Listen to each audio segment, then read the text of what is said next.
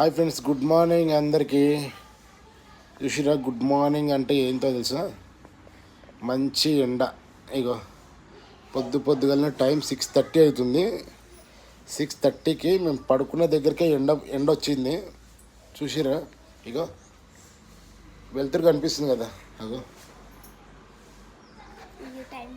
మేము ఇంతకుముందు పాత కింద రూమ్లో ఉన్నప్పుడు అసలు ఎండ రావాలంటే మేము బయటికి వెళ్ళాలి, రోడ్డు మీదకి వెళ్ళాలి. కానీ ఇప్పుడు మాత్రం ఎండనే డైరెక్ట్ మా ఇంట్లోకి వచ్చేసింది. దీనికోసమే మేము రూమ్ షిఫ్ట్ చేసింది.